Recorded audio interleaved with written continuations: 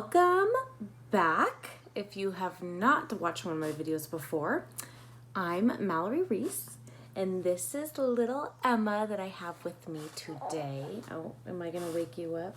Shh, shh, shh, shh, shh. Yeah, we're gonna try and do this before she wakes up.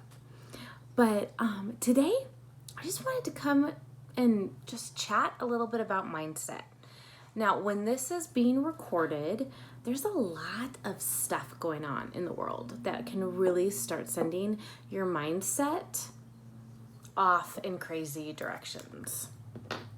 And so I really just wanted to talk to you about 5 ways that we can help create a positive mindset. Because it's really, for me, when we look at people and how they show up in the world and their mindset that they have in the world, don't mind my dogs or just yelling at someone. But as we kind of like watch how people interact with the world, we can really tell a lot about their mindset. Now, I know all of us know someone that is negative, that just has something to complain about all the time. There's something going wrong. They always have something. And naturally, they kind of attract that, right? It's like it's always something is wrong. And then you have the flip side. You have someone that is, really, really grateful, tries to look on the bright side of things, always finding that silver lining. Life's never perfect.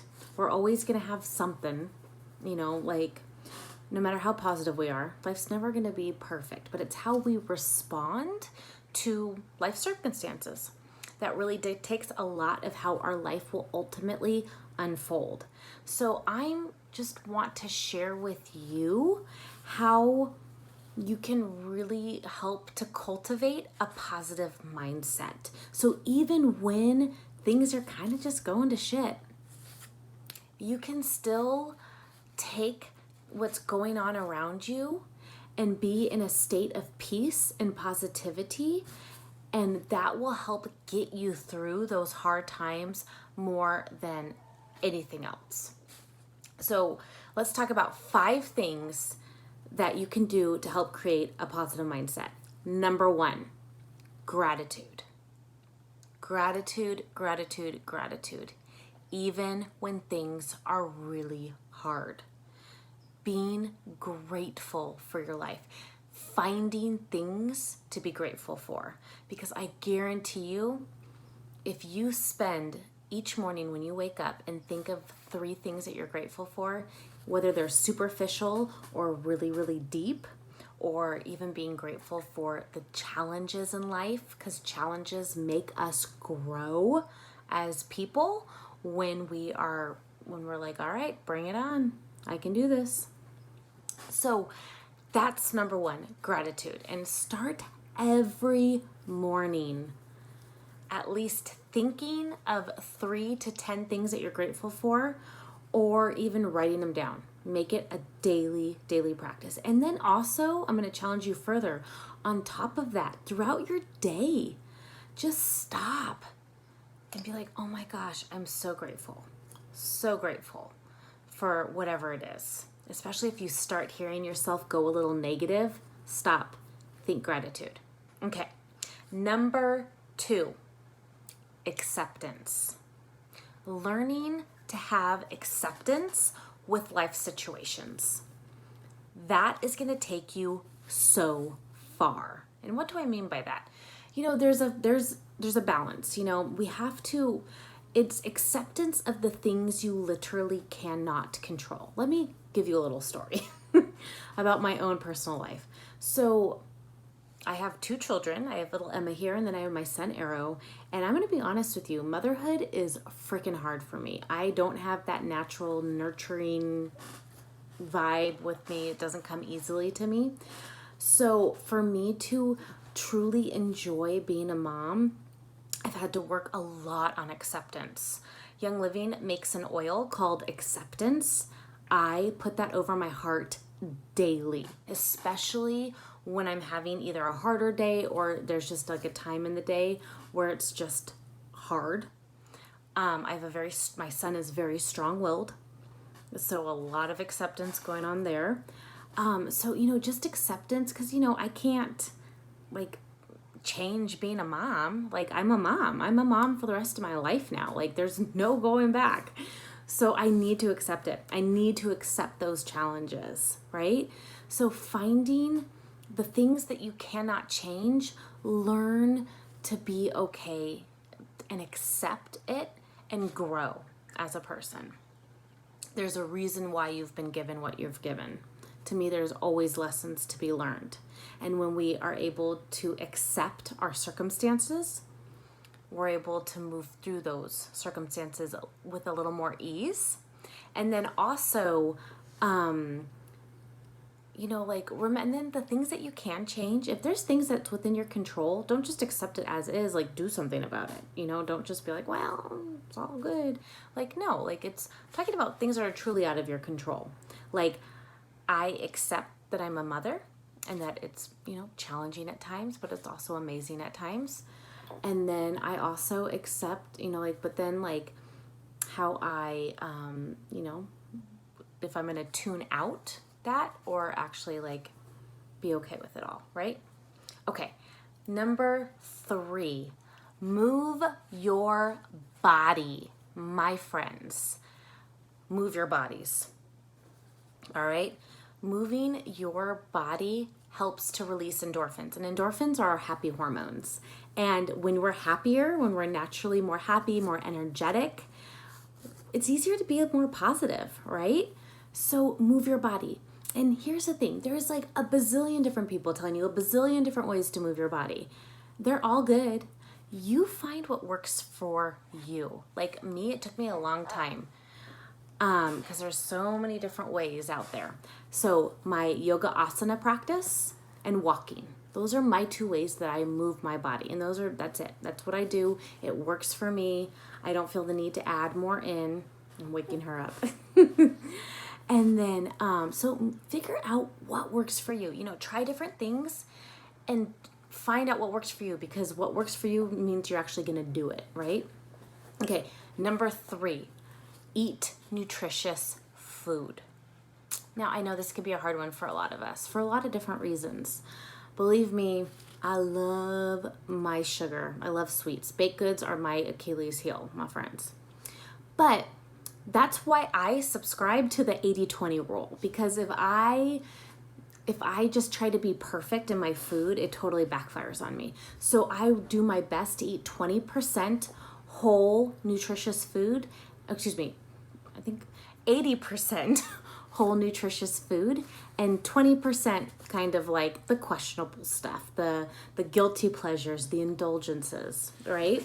So that's what I do. And that works for me way, way better. But here's the thing. Why is it on the list?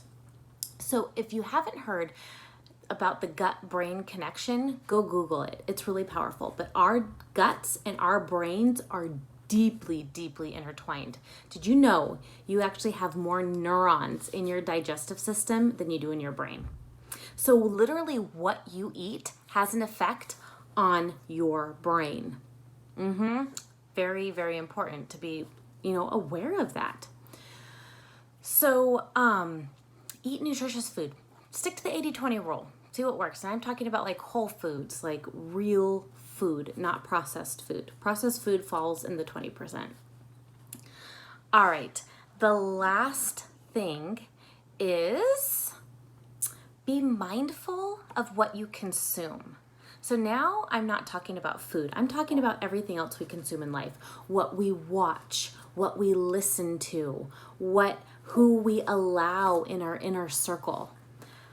So important, because what you consume, just like with what you consume when you're eating, what you consume through your ears, through your eyes is just as important, because if we fill ourselves up with positive, uplifting things, we're naturally going to be more positive and uplifting.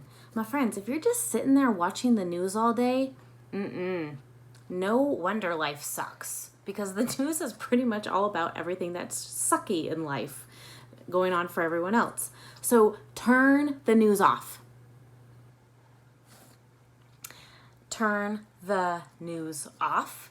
And then also, what movies do you watch? Are you watching, are you an anxious person?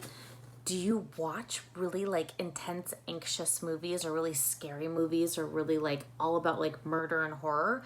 I would check that. Is it having an effect on your mental state? What do you read?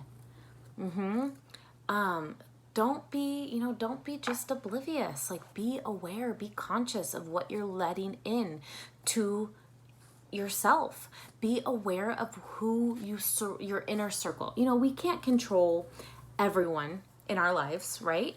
But we can because family falls into that, and we can't just completely, for the most part, stay away from family. But you can control who's in your inner circle, who's in your little core, your core group of friends. And that's really important because the saying goes, the 5 people that you're most around are who you're most alike. So take a look at what's around you. Who's around you? You're probably very similar to them. So, if you look around and you think about the 5 people that you interact with the most, you're like, hell yeah, I freaking love those people. They're awesome. They're positive. They're uplifting. Then great, you're on the right track. If you looked around and you're like, Susie over there, she's pretty much a downer all the time and always has a problem. Oh, Charlie over there, kind of the same thing. Ooh, maybe I should put a mirror in front of my face and see how I'm showing up in the world. All right? So I guarantee if you start focusing on those 5 things, on gratitude, acceptance, moving your body, eating nutritious food, and watching what you consume, you can change your life and bring so much more positivity into it.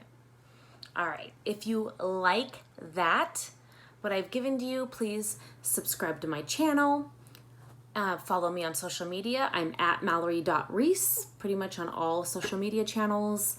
And then also I have an awesome little, if you like kind of cleaning up your mind, I'm sure you'll like cleaning up your household products and being a little more mindful of ingredients in them. So I have an awesome little PDF called the Chemical Dirty Dozen that you can download.